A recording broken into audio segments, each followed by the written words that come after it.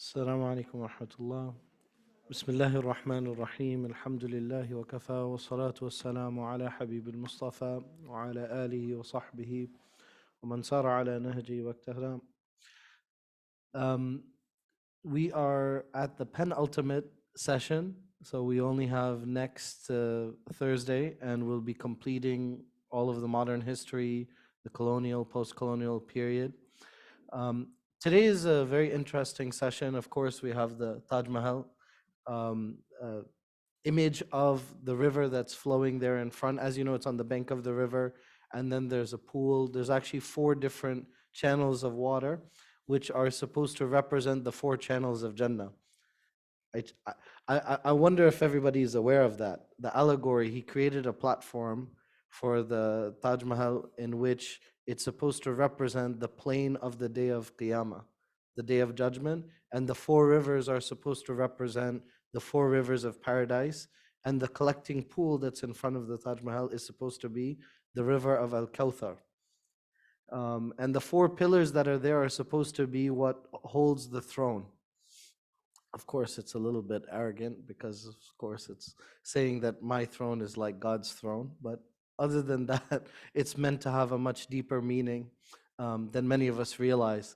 The previous Mughal Emperor Akbar, probably the most famous, I think, out of all of them, said that most worshippers of God are intent on the advancement of their own desires, not on his worship.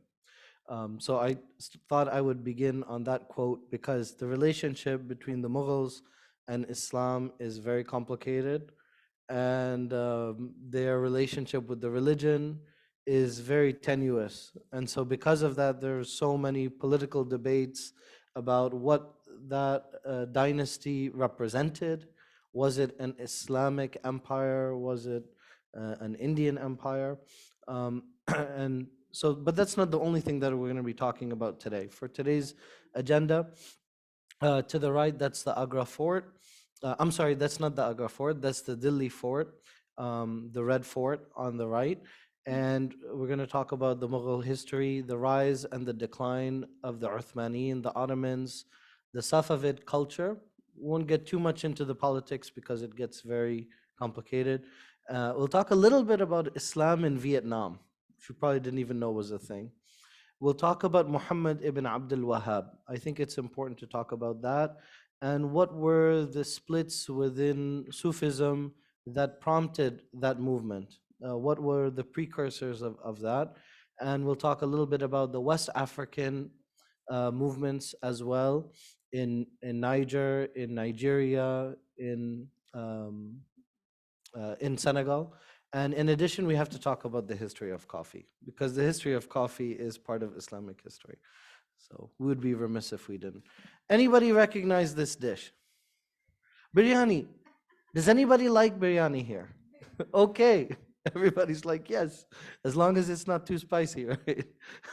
Everybody loves biryani. This is a Mughal dish, right? Most of the dishes that we enjoy, if we go out to an Indian restaurant, these are based on recipes that really came from the palace, especially the way that the modern diet, right? Because the typical diet before that was much more simple, was much lean, more vegetarian, right? So if it's a meat dish, it's probably a Mughal type, especially if it's North Indian. Of course, this is very important that sometimes when we talk about Indian culture, you have North India, you have South India, and the influence of the Mughals, even though they entered into South India, is a lot less than in North India, because in the north they were there for over 300 years, right? And so they had a very deep impact on the culture there. So it really starts with Babur. He's the descendant of Timur on his father's side, so he has a claim there, and he is a descendant of Genghis Khan on the mother's side. So he kind of has 2 channels. And there's a long story, but basically his father is displaced from his position in Central Asia, and he ends up wandering, right? So he's not of Indian blood, but he ends up that he's wandering for 300 men. And finally, they find a very weak leader in Kabul, in Afghanistan, and he ends up taking over that with very few number of people because of very little defenses. And once he's in Afghanistan, he's able to build an army. And after he has built up a little bit of strength in Afghanistan, which of course was an important city because Kabul is on the Silk Road. There's two branches. There's the upper one and the lower one. So there's the lower part of the Silk Road, and this is where all the horses are coming. All the spices are coming through from India to the West, to the Middle East and to Europe and to the rest of the world. And so from there, he builds up his strength and he attacks the Lodi dynasty. The Lodi dynasty is the very last of the Delhi sultanates. There are many sultanates, that's why we give it a plural. But this is the very last one. And once he successfully did that, he gave himself the title of Padshah, which means, basically emperor or a leader, king, right? And then as soon as he does that, now he has a target on his back because everybody said, where did he come from? I mean, Babur came out of nowhere. He was wandering in the desert with 300 guys, and suddenly he has successfully conquered the most important dynasty that's in India. And now, of course, it didn't happen by accident. The reason he was able to do so easily was because Sikandar Lodi passed away, who was very popular and very effective. And Ibrahim Lodi took over, but he was very unpopular among the elites. Right? So you don't want to, it's like politics in Muslim majority countries now. You don't want to upset the elites because they really pull the strings. So they invited Babur. They said, well, if you come, you're going to find that it's really undefended. But before he came to India, he communicated with the Safavids, and the Safavids said, well, if you want us to tolerate you gaining strength in India, then we need two things from you. We need that you should be subservient to us, right? That you should acknowledge the Safavid empire, and you should become Shi'i. Now, at the time, the Safavids themselves in Iran, the majority of the population in Iran and that part of Iraq were Sunni. It's only because of the Safavid empire pushing the Shi'i agenda and because of it giving people more social mobility that the percentage of the population that was Shi'i in Iran became such a large percentage. Actually, most of the Shi'is did not live in that part of the world. Remember, we were talking about Lebanon and other areas. So you found that there were more Shi'is in those areas than in Persia. But it's because of the Safavid empire that the map has shifted. Of course, there's the famous Battle of Panipat. And then as a result, you would have expected that the Lodi dynasty would be successful. They had way more troops, probably more than double, but they had very poor discipline. They didn't have the cannon technology that he was able to get from the Safavids. And Babur did something that was very different. Normally, when a conquering army takes over a city, what do? They loot everything, they plunder it, they steal all the money, and they leave. And Babur did not do that. What he did is he ordered all of his troops that they should not touch any property, they should not destroy anything, and that they were there not as a conqueror, not for looting, but to be an Indian empire. Now that is very important because part of the strength of the Mughals was that they were able to, was diplomatic. They did not always, actually in most of the cases, they didn't have military superiority, right? So it's not like the Ottomans, where they're, a Ghazi class. They were warriors and they came with tens or hundreds of thousands of troops and they were able to subdue other populations. They weren't like the Genghis Khan or Timur Lane that used very barbaric tactics, but instead they were able to get people kind of diplomatically on their side. So we'll see how that turns out. Now, before we go further, we have to talk about the Babri Masjid. Anybody recognize this photo? So this is the Babri Masjid that was destroyed a long time ago. How was it destroyed? It's in the photo, right? I think this is from 1997, if I'm not mistaken. 1992. So this is from 1992, in which there were riots. And it is called the Babri Masjid, but we don't actually have any hard evidence that it was built by Babur. Some people think that it was built by Aurangzeb. I think they just say that because they're like, oh, he's person that builds masjid, so it must have been him. I don't know if there's hard evidence of that, but there's a lot of evidence that it existed before Babar. I think that makes the most sense. That based on the design and the style and the reports about it, it makes sense that it's actually from the Delhi Sultanate or from the period of the Lodi dynasty, and it actually was not built by Babur. Now, well, actually, before we go further, there has also been, of course, without going too deep into the politics, the claim and the reason that they were rioting is because they believe that this is the birthplace of Ram. But there are reports in the last in several hundreds of years. Actually, what's amazing is that, you know, if that claim were true and the building was built by Babur, so then what has been happening for more than 400 years? You would think that there would have been a lot of Hindus that were coming to the masjid, that were worshiping there, that were protesting there, that were petitioning that there should be a mandir there, right? There should be a temple there.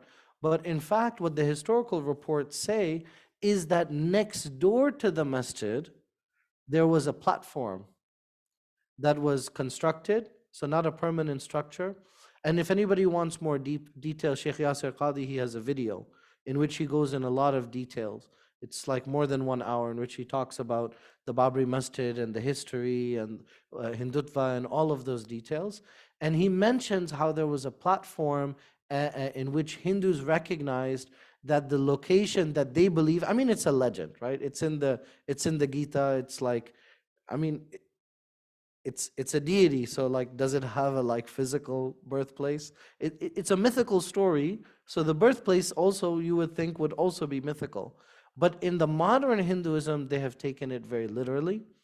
And so as a result, they have identified that this exactly is the spot, because there's a suspicion that Muslims built the masjid on the location of a temple. There is no evidence of this. There's no evidence that there was a temple before. There's what was the name of the temple, right? And who was there and who built it? And there's no evidence of any destruction, that a temple was destroyed. So most likely, what makes sense is that in the past generations, those that recognized, oh, this is the birthplace of Ram, it was in a location that's close by, and not that exact location. But of course, you know how the politics are. There's a lot of anti-Muslim hatred. And so as a result, this is a type of a symbol of stripping Islamic history from India, and Muslims should be very cautious. Regardless of your background, we should be very aware of this. Okay, so Babur and Humayun.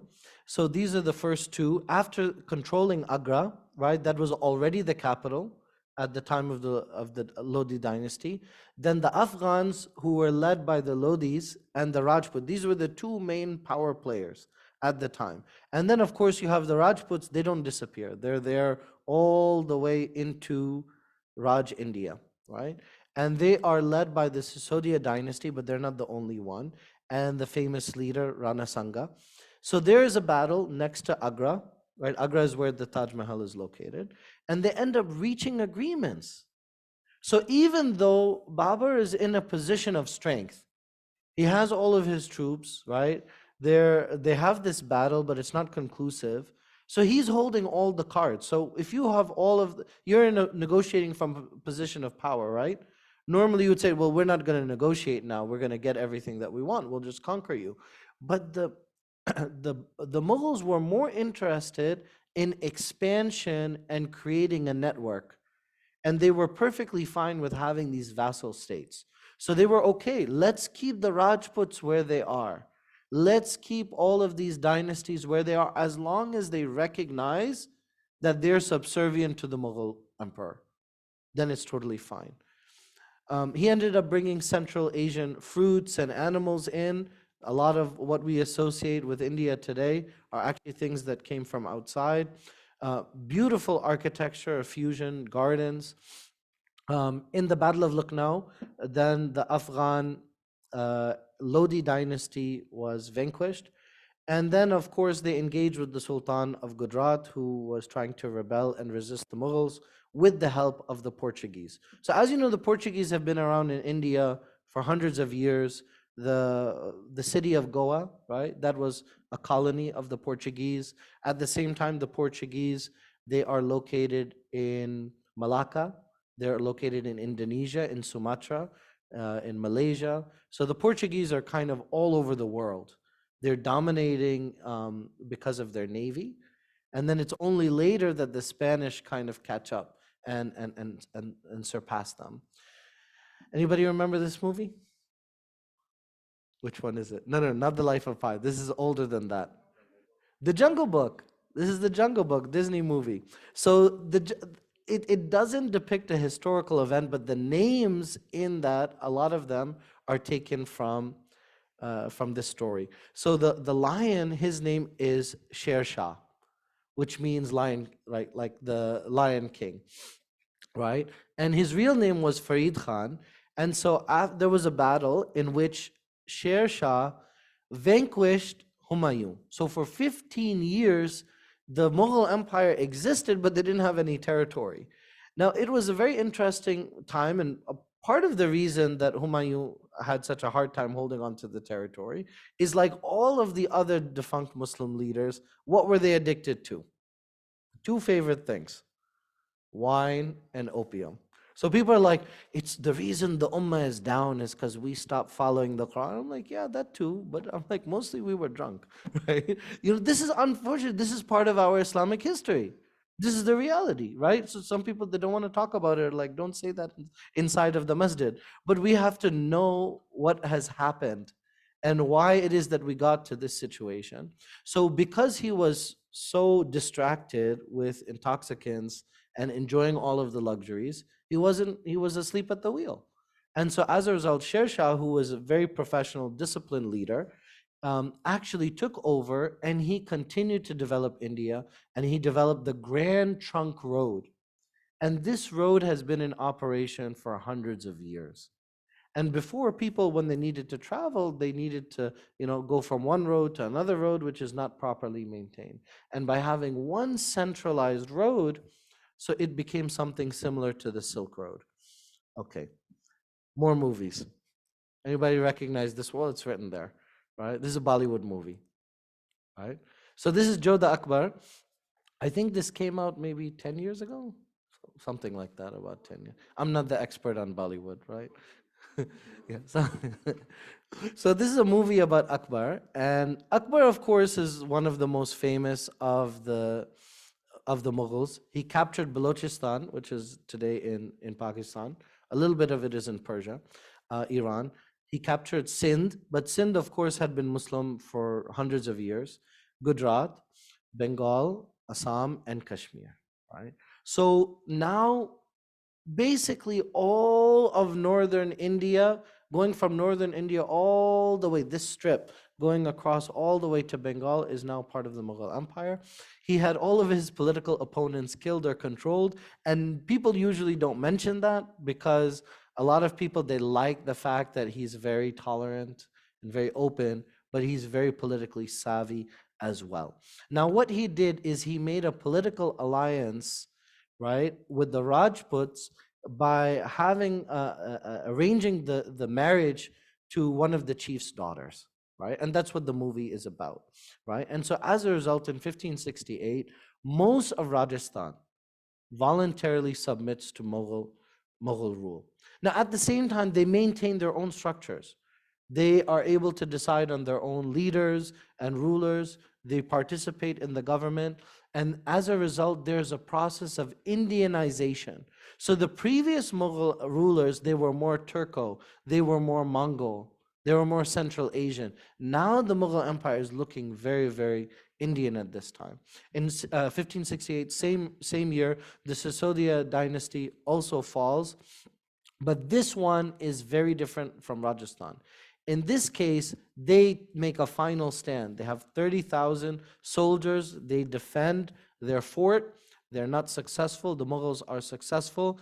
And as a result, this is a very famous episode in Indian history because all of the women in that city, they practice Johar. Anybody know what that is? This is a Hindu tradition. Well, something that's like on an individual basis, but Johar is in a group. So what it means is that, and I'm not an expert on Hinduism, right? But that means that when they're being attacked, right, and there's an invading army, in order for the women that they need to protect their dignity, so what they do is that they self-sacrifice themselves, right? And so they burn themselves before the invading army conquers that area. But this is on a very, very large scale that happened.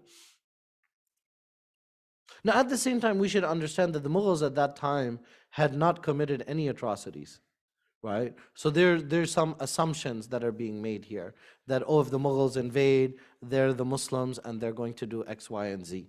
Because the Mughals actually, in their history, they never did anything like that on that level or on that scale. Here's another wonderful movie, one of our favorite movies. Has anybody seen Mughal Azam? This is a wonderful movie with the famous star Dilip Kumar, right? This is, I think, from 1960. Okay, from our time. Okay, alhamdulillah. And it's kind of a fictional story about a strict father that stands up to his son Salim, right? And he falls in love with this court dancer. Her name is Anarkali, and he loves her so much. Of course, like all the love stories, right? I can't live without you, right? And then Akbar, what he does in the movie is that he walls him up. But one of the reasons that I mentioned this is because in Indian popular culture, Akbar has a very, very positive association, because people associate him with, oh, he was religiously tolerant, right? He's like the good kind of Muslim, right? Which is like open to other religions. And part of it is because he was a great patron of the arts. Persian, the Urdu language started to develop at that time period. And it, of course, it was more towards Persian. And then also there was a great Mughal painting tradition. And it was different from a lot of the European painting tradition because it emphasized realism and expression, showing emotion. Um, Now, what's the problem with Akbar? Right? You know, for us, Akbar is very problematic, right? Because on one hand, he's circulating all this beautiful literature. People are reading from Ghazali and Rumi, Persian literature, right?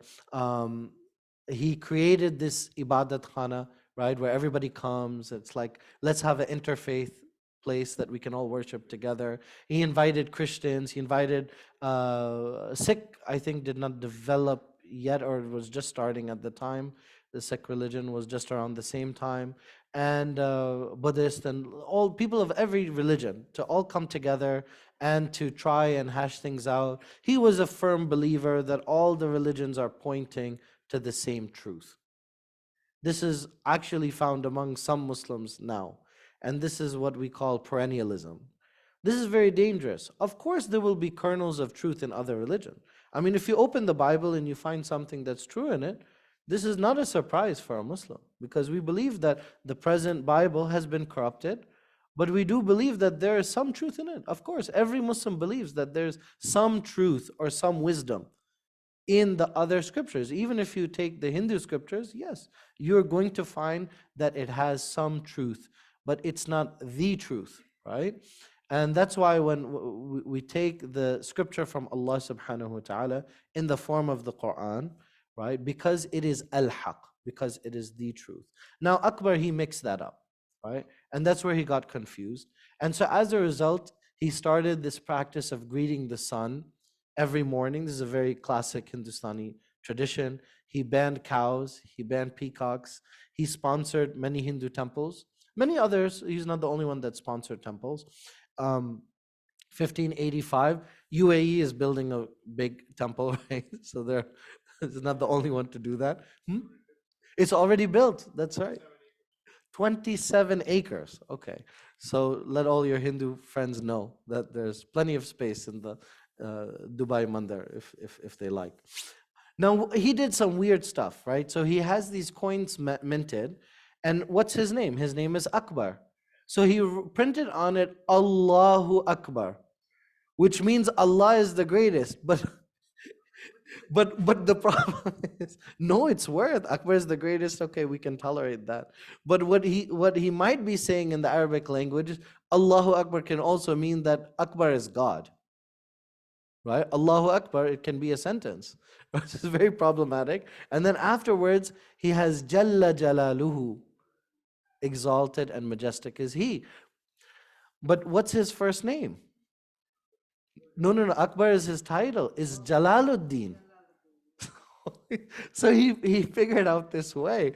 I don't know whether he did that on purpose or not, but it was very problematic. And it started a lot of rumors about him. He memorized 1,001 names of the sun in Sanskrit.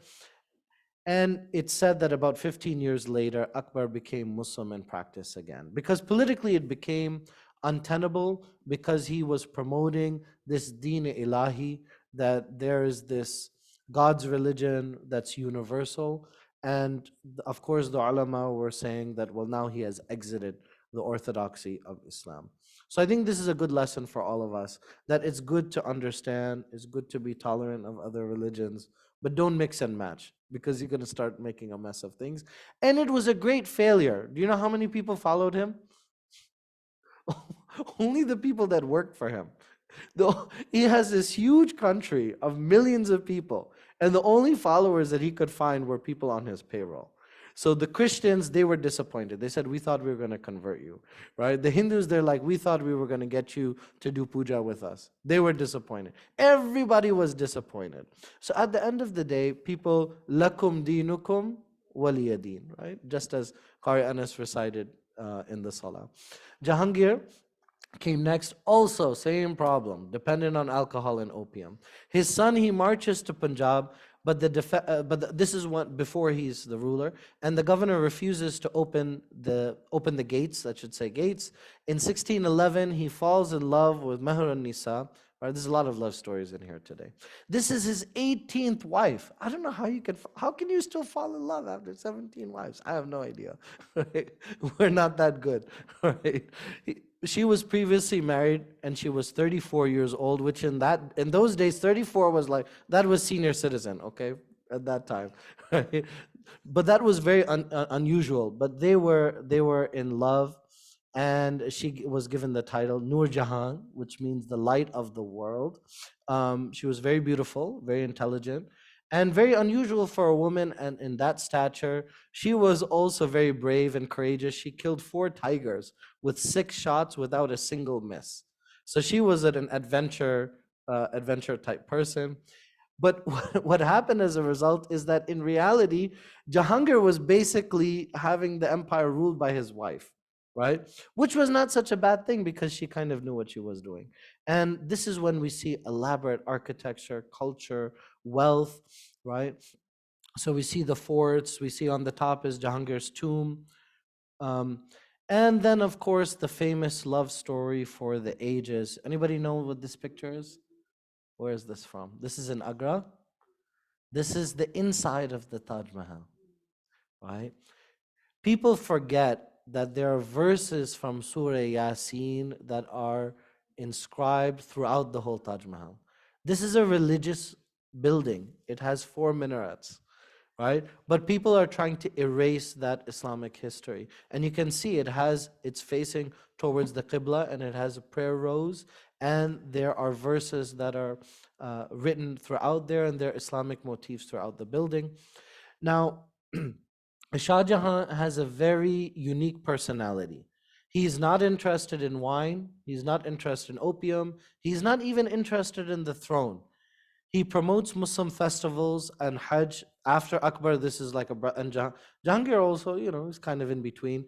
But this is a breath of fresh air for people like, okay, we got a Muslim guy this time, right? So people are relieved. He finally defeats the Sisodia dynasty, and he enters into the Deccan Plateau, right? This is in the central area of India. Towards the south, he enters Burhanpur. He builds the peacock throne, which costs over 10 million rupees. The Taj Mahal, for reference, cost 5 million rupees. Just the throne in jewels and in gold is double the cost of that building, with all of the marble and the sandstone and the thousands of people that were employed. He builds a building for Moinuddin Chishti, who is like the patron saint or wali in Ajmer, India.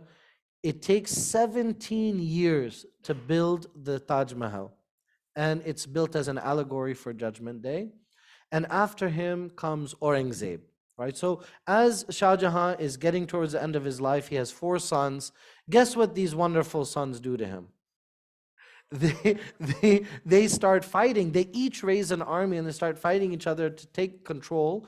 And because he favors the oldest one instead of the other three, which is contradictory to the Mughal tradition, Aurangzeb, when he takes control, is upset at his dad. Guess what he does? He puts him in prison, right? So now he can see through the window, he can see the Taj Mahal.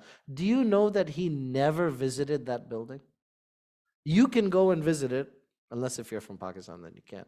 But you can go and you can visit the Taj Mahal. But Shah Jahan never was able to see it in person. So for those, love-struck people out there, it's one of those stories that, it's a sad story, right? In which, he was so sad actually when he found out that she died giving birth, right? She had delivered so many babies of their children, and she died very young. And he was so sad that he locked himself in the room for over a week. And during that week, he lost much of his eyesight and he needed to wear glasses as a result. And they said that a third of his beard went from being black to being white because of the grief. So I guess the moral of the story, don't fall in love, right? Um, then comes Aurangzeb, right? So he takes control, and of course he locks his father up, right? But there are some good aspects about him that people don't share. When he was in Uzbekistan, he was in the middle of the battle. He jumps off of the horse and he starts praying in the middle of the battle in plain view.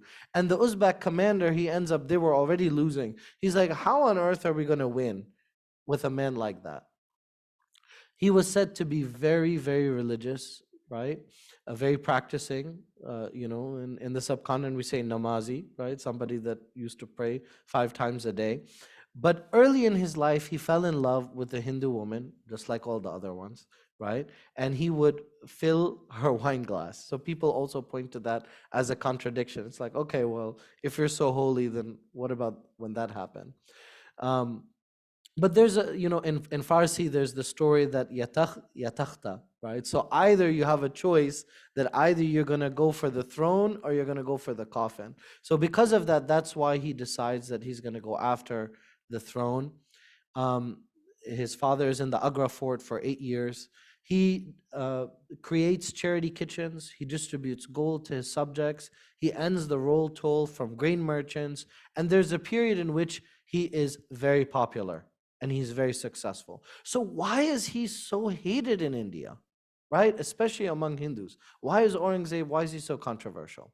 He stopped the jaroka, the practice of like in the Middle East, we have windows that go out, but this is a type of balcony. He said that, oh, this is like a Hindu type culture. I don't really know that it is, but that's what he believed. He stopped weighing himself against gold on his birthday. He limited the holy festival, the festival of the colors, Nowruz, which is the Persian tradition for the spring. He limited celebrations in the month of Muharram, in which people would lament the passing of Hussein radiallahu anh. He didn't listen to music, but he didn't implement a ban on music. He did ban gambling and alcohol. Maybe that's what everybody was upset about. But the real thing that pissed everybody off is that he re-implemented the jizya. But it didn't affect most of the population. It didn't raise a lot of money because if you had less than 52 rupees, then you're exempt. Only the one that has more than 52 rupees has to pay. And he actually had the highest percentage of non-Muslim officials of any emperor. He sponsored Hindu temples, and they continued successfully until after he died.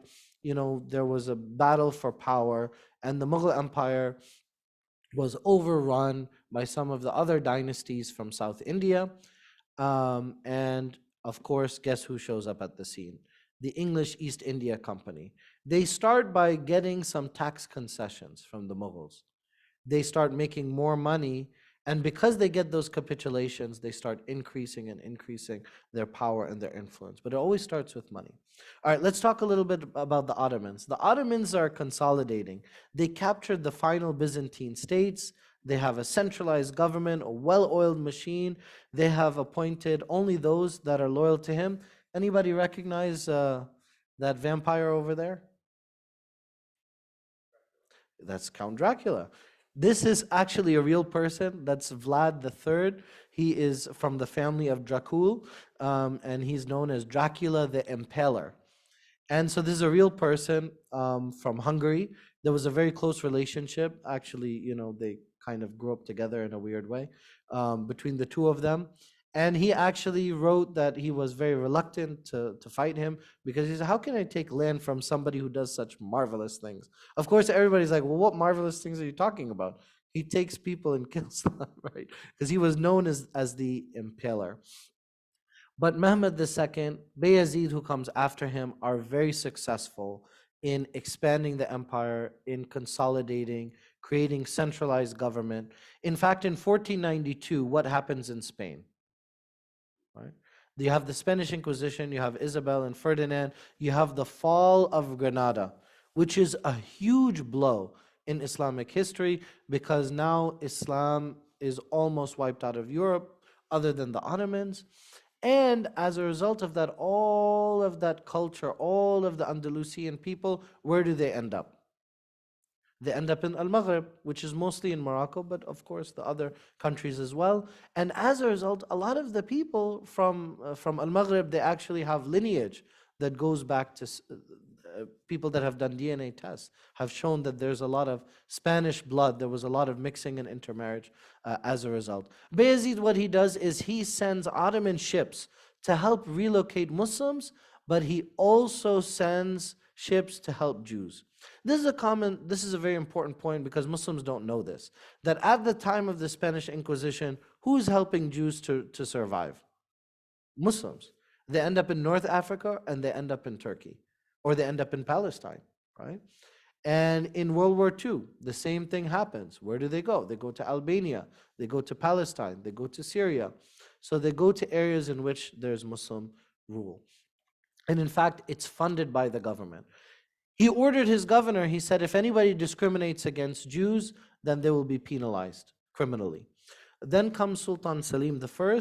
He has a naval war with the Venetians. He ends it with a peace agreement. There's the Battle of Chaldiran against the Safavids, which gives them a decisive victory.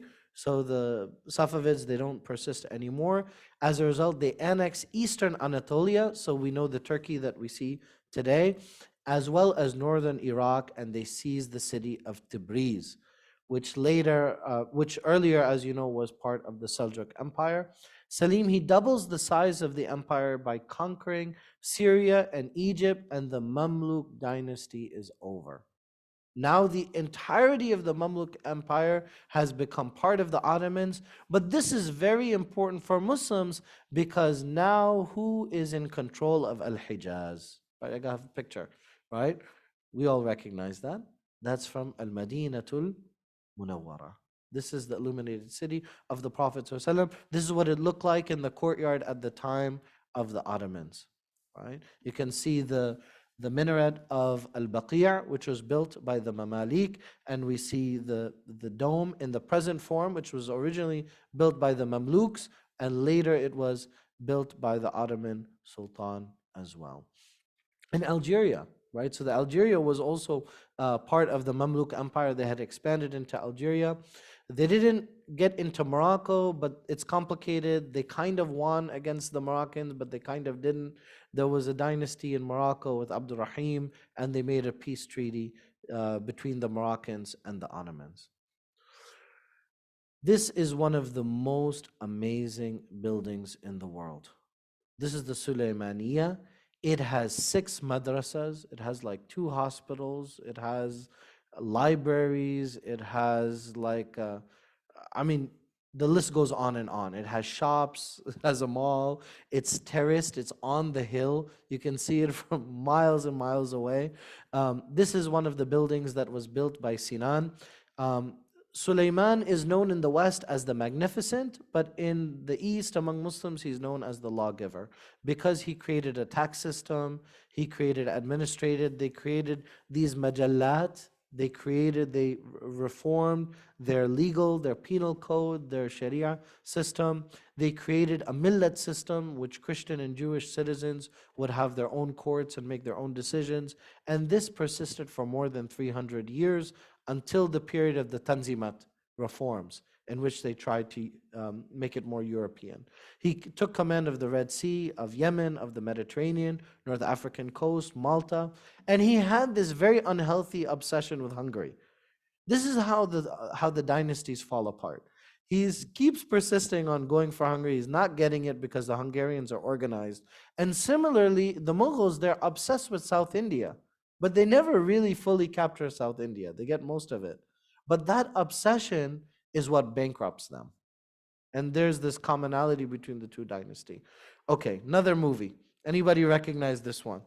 You didn't think you're going to learn about movies at the masjid, did you? Pirates of the Caribbean. This is Khairuddin Barbarossa.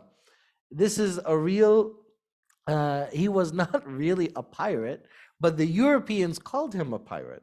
He was one of the commanders of the Ottoman Navy, and he was born a Muslim, but to a Christian mother. He's known as Captain Redbeard. He had a red beard in real life because he was born to a Greek mother. So he was a redhead. And he captured ships from Spain and Italy, and his main goal in life was to protect Algeria and to prevent them from capturing Algiers. And he was successful in doing so, right? And of course, Yusuf Reyes is the other one, Johnny Depp. Who's Johnny Depp? What's the character? Jack Sparrow. Captain Jack Sparrow in the movie is supposed to be Yusuf Reyes. Okay, this is another TV show about Hurrem Sultan. Very popular. I don't recommend people to watch it. I think they're inappropriate scenes, but I'm including it so that way you know what's there. She was the Polish daughter of the Christian Orthodox priest. Her real name is Roxelana. She was the chief consort and the wife of Suleiman. She is one of the most powerful women in all of history, right? Because she had heavy influence on Suleiman at a time in which it was the most popular and most powerful empire in the world. She acted as the chief advisor. She did many public works in her own name. But guess what happens when there's a powerful woman? Everybody else is jealous. Lot of drama, right? Among the harem, the other wives, the public actually, even though she was very professional and very intelligent and very favored by Suleiman, the public are like, who does she think she is, right? Because she was originally a slave girl that had been freed and then made into a wife. And so, of course, that upset people. That how is that even possible? That somebody could go from a slave to being so powerful. But one thing, if you're interested in the story of Hurrem Sultan, what I would, and Hurrem, it means happy and joyous, right, in Persian, right? And that's because she was known to have a very bright and joyful disposition. That was her personality. So one of the most interesting things you can do is read the love letters between the two of them, because he was always traveling and always on the campaigns. And if you like that kind of thing, it's really beautiful. Here's a picture of some Iznik work, tile work. A very stable period, about 300 years in which the Ottomans are very strong. They have peace treaties with Europe, in Russia with Ivan the Terrible. Cyprus is captured. Poetry, science, textiles, all of this is flourishing. They develop some of the most beautiful type of artwork. They seize Fez from the Portuguese. We talked about Morocco, but there's an agreement with Abdurrahman and or I think it's Abdurrahim. And so as a result, they become a vassal state under the Ottomans in name, but they're actually acting independently. But there's conflict everywhere towards the end of Suleiman, which leads to inflation. right? This is the same problem that Biden's having, right? When there's inflation, you become unpopular, instability in different places. British merchants are are given prior. Why do these Muslims, they make the same mistake every time? Don't let the British in. Don't they know what happens? You know why they don't know what happens? Because it hasn't happened yet.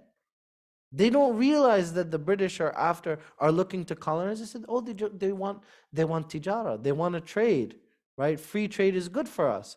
So they are trading in East Indies, in the West Indies. They're trading in India. They're trading in the Ottomans, and they're getting preferential treatment. They're undercutting everyone around the world.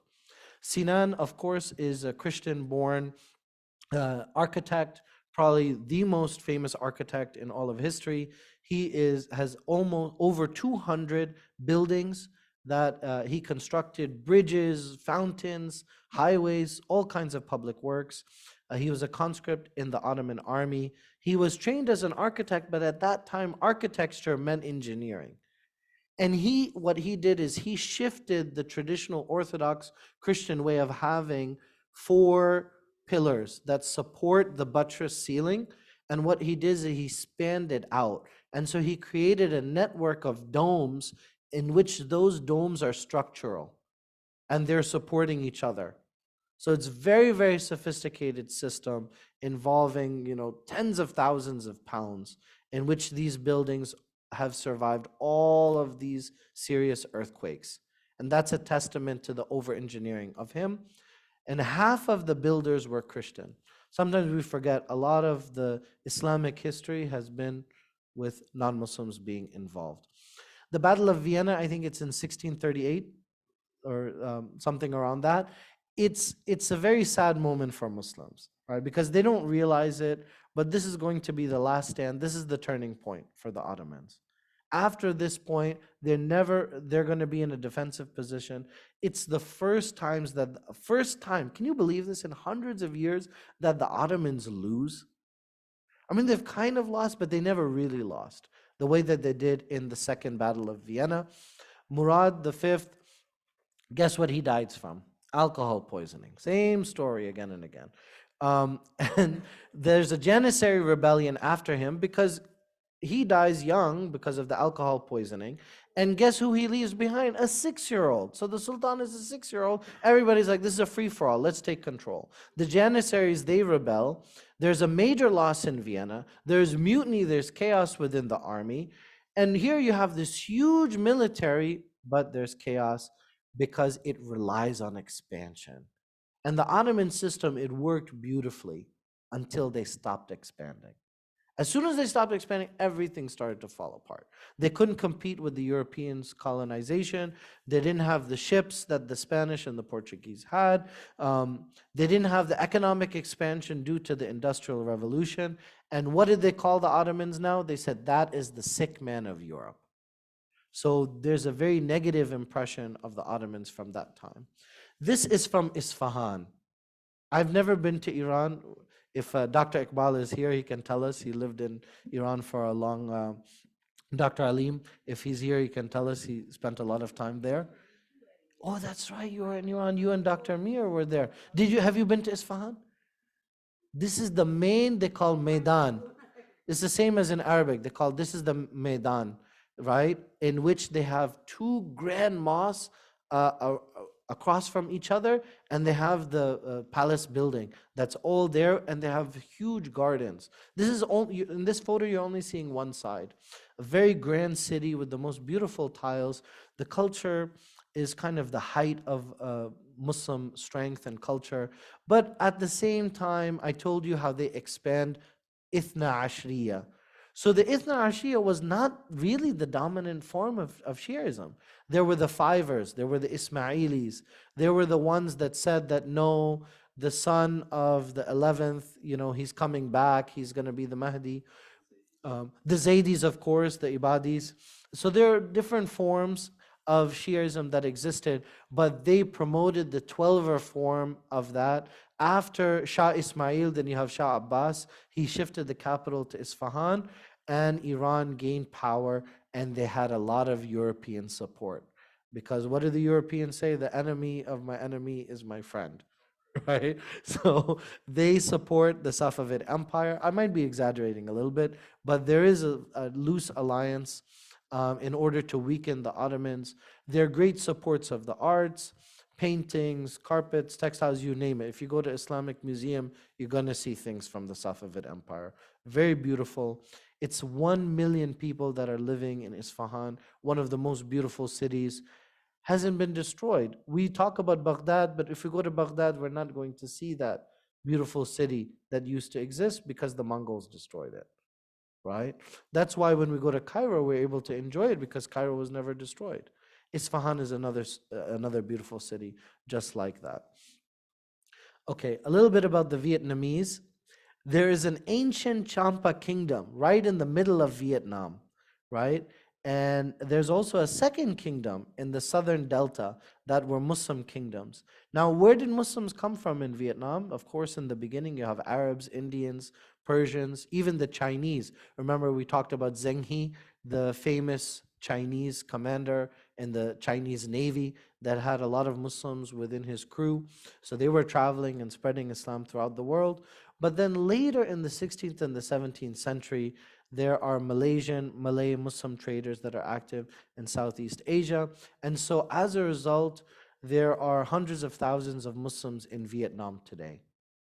And typically the Muslims there, they claim that they are from a different ethnic group.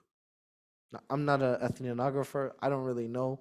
So other people are very skeptical. They said, well, some of them are from a specific, the Cham ethnic group. And they said, but most of the Muslims are not from that ethnic group. They're people that converted.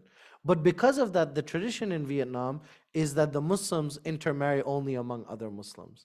And they stay within that same group. Okay, that's the Vietnamese.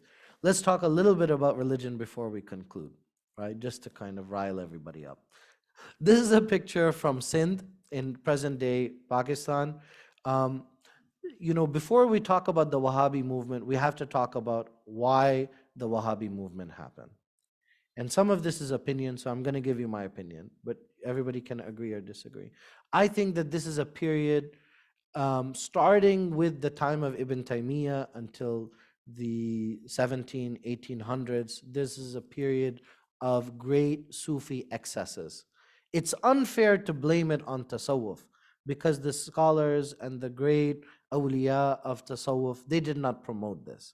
But among the public, people had deviated away from the Quran and the Sunnah. Right? The early Tasawwuf was about zuhud, about asceticism. It was about getting to know Allah, about ma'rifah. But things started to get institutionalized, this peer murid system. So you see a lot of grave practices that contradict what we've learned from the scholars, over veneration of saints, even self-inflicted wounds. People would take hot boiling oil, people would inflict, hurt their eyes, all kinds of crazy stuff.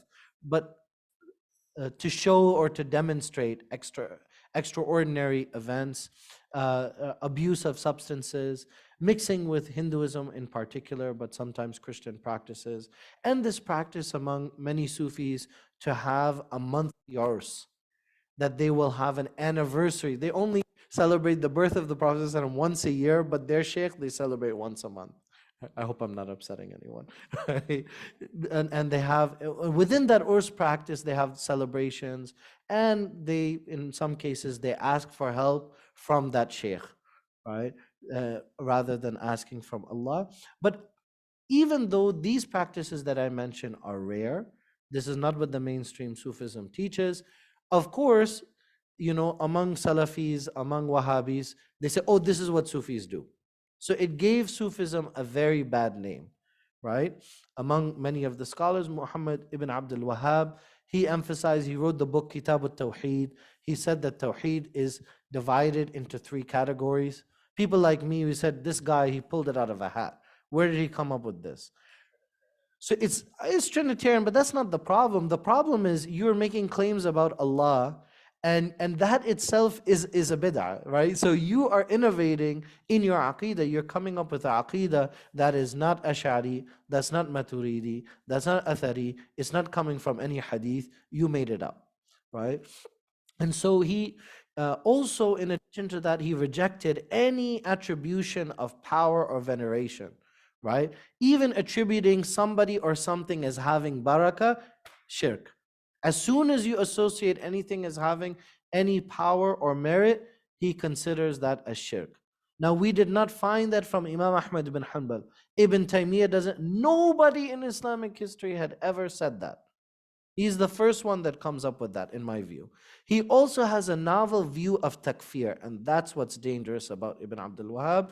He says that muwala, working with non-Muslims, disbelievers, is an act of shirk. Under his definition, we are all kafir. I'm telling you right now. According to his definition, every one of us in this masjid, we're all kafir. Right? All of the Muslim countries, they're all kafir under this definition. He says that al-hukm, right, لِغَيْرِ اللَّهِ, if you rule by other than Allah, deviate from the Sharia, this is also shirk, right? And he ignores all of the proofs about doing khuruj, going against al-hakim, right? And this takfir criteria, by the way, is not true to Ibn Taymiyyah. He comes up with his own formula. He becomes an ally of Ibn Saud, and it becomes a political movement, not a religious one. They bring Najd under their control. Why do they need to say that we are purifying Islam? This is an important question. Why don't they just fight the Ottomans?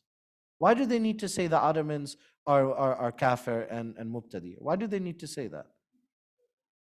No, but why? Religious legitimacy, but what's the other thing? If they don't claim that these are bad Muslims, what will people say about them? They say Muslim fighting Muslim? A'udhu billah.